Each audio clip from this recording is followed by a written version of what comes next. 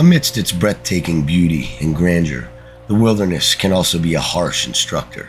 Standing atop a hill after an arduous hike, it's easy to feel invincible, having pushed oneself to the limits and triumphed over nature's unpredictable conditions. However, even the most experienced hikers can be caught off guard and make simple, novice mistakes. Yosemite National Park, renowned for its stunning landscapes, towering waterfalls, granite rock formations, ancient sequoias, and vast alpine wilderness. Every corner of the park offers something gorgeous to behold. Yosemite is often regarded as one of the most beautiful national parks in the world, a true marvel of American wilderness. Among the iconic landmarks of Yosemite, El Capitan stands tall at 3,500 feet above the valley floor, drawing daring rock climbers from all over the world. Another widely photographed wonder is Half Dome, a breathtaking sight that inspires awe from every angle. Hardcore hikers can trek to its summit, while others admire its granite splendor from a distance. Whether seeking an adventurous vacation, a tranquil immersion in nature, or engaging in hiking, backpacking, or skiing, Yosemite offers a perfect sanctuary. However, for a group of hikers, the Half Dome lightning catastrophe excursion turned into one of the park's most devastating disasters. Half Dome, though an exciting challenge for many, became an unexpected adventure for some. Park rangers frequently assist hikers on the Half Dome Trail during the summer. Among those seeking thrill and excitement were co-workers and close friends Tom Rice and Adrian Esteban. They were part of a party attempting the challenging 16-mile round-trip hike to summit Half Dome. Esteban had convinced some of his work acquaintances to join him on a hiking trip. He managed to get his friend Bill Pippy and their work supervisor, Bob Frith, to participate. Frith, in turn, invited his best friend, Bruce Weiner, and both of them were recent East Coast transplants to California. Bill Pippy extended the invitation to 16-year-old twin brothers, Bruce and Brian Jordan. Completing the group was co-worker Carl Buckner, who brought along his best friend, Steve Elner. The adventure began as the Rice-Esteban group woke up to a beautiful summer sky, ready for a full day of hiking to conquer a renowned granite monolith. The group entered Yosemite Valley, and it was Bruce Weiner's first time experiencing the awe-inspiring surrounding. The monumental granite cliffs stood tall, like looming giants, leaving him awestruck. Yosemite Valley is truly breathtaking, especially as you gaze up at the mile-high cliffs from the valley floor. And there it was, Half Dome, with its distinct features. One side a sheer face, and the other three sides smooth and round, resembling a dome cut in half. It stood out as the star of the valley, towering nearly 5,000 feet above the valley floor. Bruce Weiner found it difficult to envision himself atop such an imposing mountain, wondering if he could truly accomplish such a feat. After a buffet breakfast at the cafeteria in Camp Curry, they loaded their backpacks with gear, clothing, and food, ready for the 2-mile march to the trailhead at the Happy Isles. The sky was clear blue as the group set out, except for a single cumulus cloud floating above. However, as they continued the hike, a few more cumulus clouds formed in the eastern sky. As the hike progressed, Buckner and Elner fell behind, trailing the group by about 30 minutes, while Rice, Esteban, Pippy, and the Jordan twins were ahead. Frith and Weiner arrived shortly after, around 12:30 p.m., and decided to cool off by diving into the chilly water upriver from the Nevada Fall, engaging in playful antics like schoolboys. Meanwhile, several cumulus clouds in the eastern sky combined and started amassing, with distant rumblings heard around the clouds' rest. Concerned about the threatening weather, Tom Rice and his party packed up, assuring the others that they would be safe and dry in the cave on the summit if a thunderstorm were to hit. Pippy and Bruce Jordan were setting a rapid pace, hoping to outpace the approaching storm. Close behind, Tom Rice and Adrian Esteban made a quick stop at their secret spring, with Brian Jordan soon catching up to them. Back at Nevada Falls, Weiner and Frith were falling behind, burdened by their 45-pound backpacks. Despite their exhaustion, they pressed on, Weiner's muscles beginning to cramp. They finished their water supply. And though Weiner wanted a longer rest, Frith encouraged him to push on and catch up with the others. Bill Pippy and Bruce Jordan were in a race to reach the top first, both being competitive and in good shape. However, Pippy had an urgent need to relieve himself, leading them to head back briefly. Esteban, Rice, and Brian Jordan were not far behind. As they ascended, they received a warning from two hikers coming down about the approaching storm, but instead of deterring them, it motivated them to pick up the pace and reach the summit. Buckner and Elner were still far behind, but continued their slow progress despite the threat of the lightning storm. Esteban and Rice, well ahead of the others, reached the bottom of the cables at 5:40 p.m. The dark clouds covered the sky, and lightning played over the ridges and spires, accompanied by rumbling thunder nearby. At the base of the cables, there was a warning sign cautioning hikers against ascending the mountain during a lightning storm. Half Dome is notorious for lightning strikes due to its smooth granite surface that efficiently conducts electricity. Now, they had to carefully consider their next move. While they could seek shelter in the cave at the top, they would still be exposed to the risks of lightning striking the wet surface of Half Dome, not just limited to the cables they'd be clinging to. A strike higher up on the mountain was even more likely, and the danger extended to any wet areas. As Esteban gazed up and assessed the sky, he felt a light drizzle on his face, hinting at the impending torrential rain. However, this storm seemed no different from the hazards that they encountered in the past, and they were no strangers to such challenges over the years. With a knowing glance exchanged between them, the decision was clear. Rice exclaimed, "Screw it! This is our mountain. Let's just do it." Esteban agreed, and despite the looming storm and the warning signs, they pressed on, ascending the cables towards the summit, which was still about 600 feet away. The sky responded with a mosaic of jagged lightning streaks and rolling claps of thunder, adding to the sense of foreboding. In that moment, Esteban felt the need to express his feelings to Rice, saying, "Whatever happens, happens. I want you to know I love you."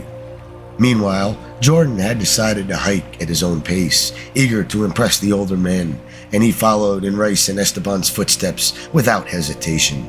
Further back, Frith and Weiner approached the cables, and the warning sign at the base of the subdome cautioning them. Weiner voiced his concern about waiting out the storm, but Frith reassured him that a cave at the summit would provide refuge. Not wanting to hold anyone back as a newcomer, Weiner decided to push on.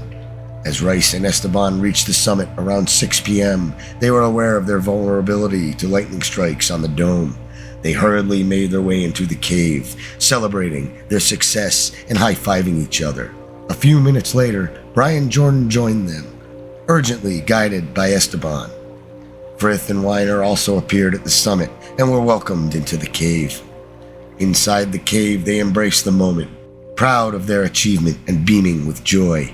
However, the rain turned colder, and hailstones started clattering on the rocks. The five huddled together, seeking warmth and camaraderie as they prepared for the lightning show outside. Meanwhile, Bill Pippy and Bruce Jordan made a wise decision to stay below subdome, given Bruce's fear of lightning. Pippy was now severely weakened and dehydrated due to diarrhea. They decided to head back to base camp, where they pitched their tent and sought shelter at approximately 6:15 p.m. Back at the cave, eerie lightning glowed inside, casting ghostly hues. In an instant, the cave erupted with a cataclysmic roar as lightning tore across its surface. Esteban was thrown against the wall, screaming without hearing his voice. Darkness engulfed him, leaving him numb and unable to move. He had limited contact with the granite, which confined the electrical charge to the left side of his body, luckily avoiding the full impact of the strike. Weiner was also fortunate, as he was touching the wall with only his rear and thighs. He felt no sensation from the waist down, moaning in pain, but remaining the most coherent among the group. Weiner looked at Brian Jordan, who appeared shockingly vacant and dazed. Realizing the danger, Weiner urged them to leave the cave. Surveying the scene, he saw Rice slouched against the granite wall in a fetal position, his body jerking and twitching. His legs were badly charred, and his once blonde hair was blackened by the lightning strike. As Esteban regained consciousness, he noticed Brian Jordan slump forward, the smell of burning flesh hanging in the air. Brian appeared lifeless, leaving Esteban horrified by the grave consequences of his and Rice's actions. Struggling with his paralyzed leg, he looked around and witnessed Firth vomiting, with his eyes rolled back, revealing their whites. Firth's forehead bore a gash as if a white-hot dagger had been plunged into his skull. His body thrashed, teetering on the edge of the ledge, dangerously close to falling off.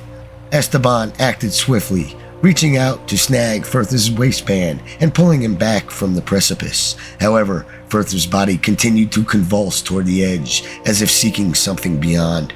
Esteban strained to hold on and called for help. Weiner, seeing his friend in peril, grasped Firth's sweater, attempting to aid Esteban. Together, they struggled to keep Firth from falling, but with both of them paralyzed from the waist down, they lacked the necessary leverage to control his violent convulsions.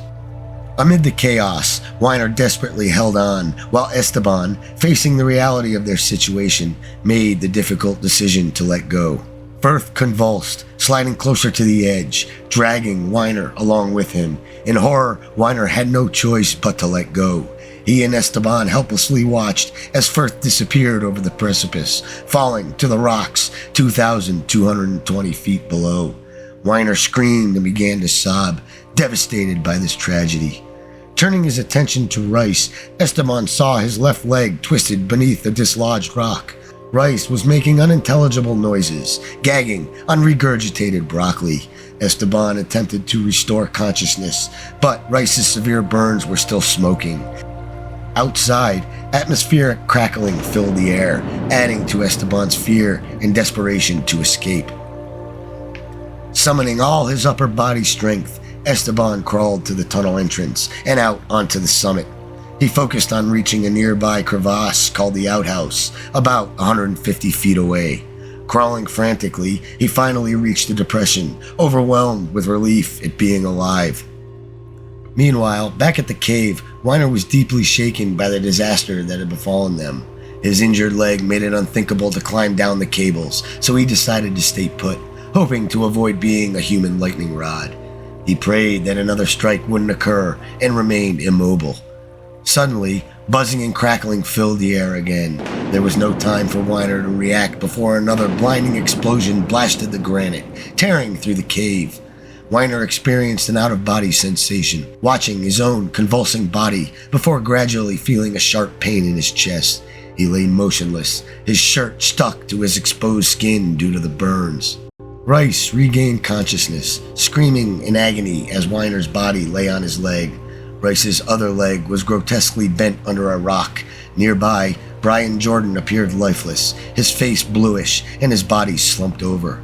Weiner yelled for help as the storm finally passed, leaving only a faint rumbling of thunder in the distance.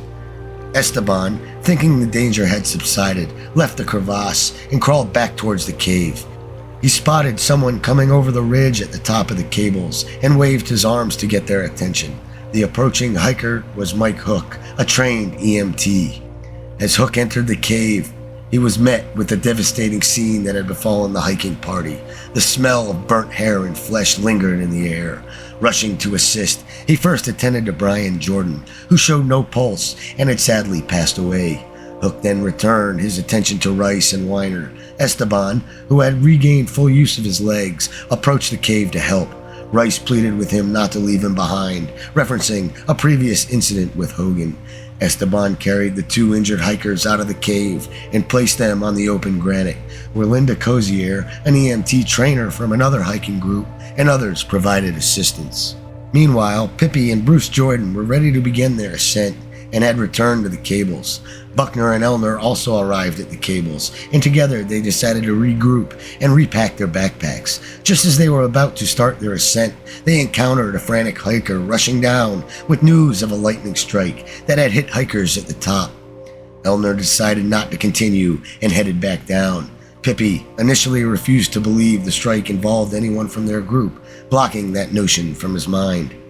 On the cables, they met another hiker hurrying down, who informed them that two people were killed, one of them a young kid. These words stunned Buckner, Pippi and Bruce Jordan, the latter worried that it could be his twin brother who was killed. They continued their climb, the tragedy hanging heavily over them. Upon reaching the summit, they saw Rice, who informed them that Brian had fallen over the edge and Frith was killed. Buckner couldn't handle the news and descended the cables to meet up with Elner at the base camp. The news of the unfolding tragedy left them unable to sleep, each grappling with the horrifying reality of their comrade's death. As Pippi and Bruce Jordan arrived with the others, Pippi was inconsolable, feeling guilt over Brian's death while he was in his care. Around 9:30 p.m., Hook reached a ranger station and informed them about the situation on top of Half Dome. The Rangers promptly prepared supplies and set out on foot to reach the summit. A helicopter was considered, but due to the darkness and danger of low-altitude flying without sufficient moonlight, it was deemed too risky. However, around 11 p.m., the moonlight broke through, prompting the Rangers to dispatch a helicopter from Modesto. As the Rangers on foot reached the summit, Linda briefed them about the situation, and they prepared for the helicopter's arrival. Just around midnight, the unmistakable sound of helicopter rotor blades grew louder. The Rangers gathered flashlights to create a landing zone on the summit. Time was crucial, as the helicopter had to act quickly before the moonlight vanished, potentially leaving them stranded overnight. Finally, the helicopter reached the summit. The helicopter could only accommodate one patient at a time, and it was decided that Weiner needed immediate attention as he was in the worst condition. As he was the first to be evacuated down to the valley around 1:15 a.m., the helicopter returned for Rice, who was also flown down. Lastly, Esteban, who didn't need a stretcher, was evacuated from the summit. After the incident, Rice and Weiner's injuries were determined to require specialized care at UC Davis Medical Center. Meanwhile, on the summit of Half Dome, the remaining hikers, including Bill Pippi and Bruce Jordan, were emotionally and physically drained. The group showed strong cohesion and mutual affection, along with the other hikers who stepped in to assist. Around 6:30 a.m., a Yosemite National Park helicopter lifted off to retrieve the bodies of Bob Frith and Brian Jordan. They located Frith among the rocks at the base of Half Dome before flying to the summit to retrieve Brian Jordan's body. Bruce, Brian's brother, accompanied the helicopter with his brother's body. Shortly after, Pippi hiked down to meet Carl Buckner and Steve Elner, and they all made their way back down to the valley. When Pippi arrived at the ranger station, Brian and Bruce's parents were there, which caused him to break down in tears. Mr. Jordan's attempt to comfort Pippi offered a little solace.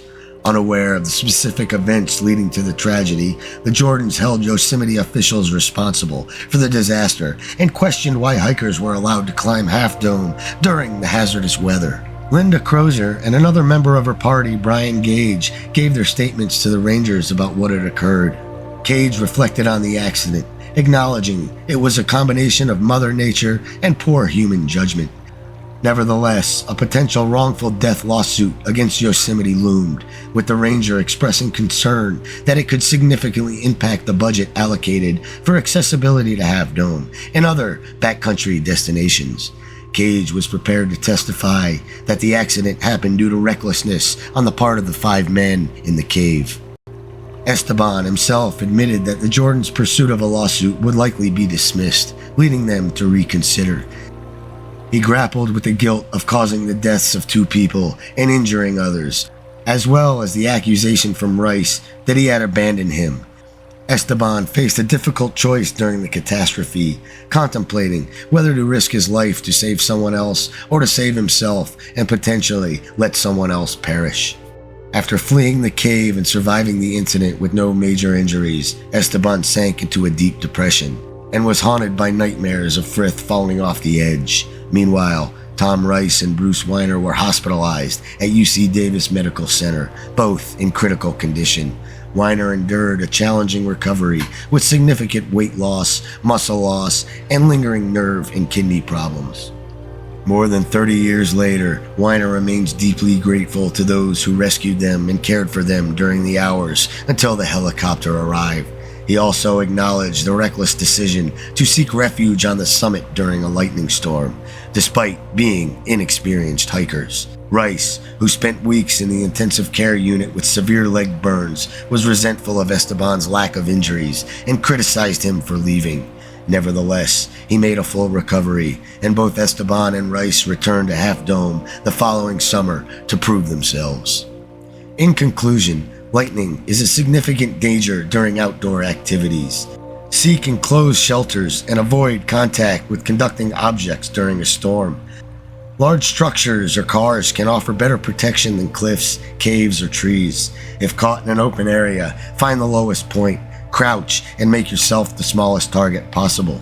Descend quickly from high and exposed areas during a storm. Overall, understanding safety precautions and respecting the dangers of outdoor conditions can help prevent outdoor disasters, such as this one on Half Dome in Yosemite National Park. If you've enjoyed this content from a universe of mystery, please like, share, subscribe, and hit that notification bell so you don't miss any of my new and upcoming content.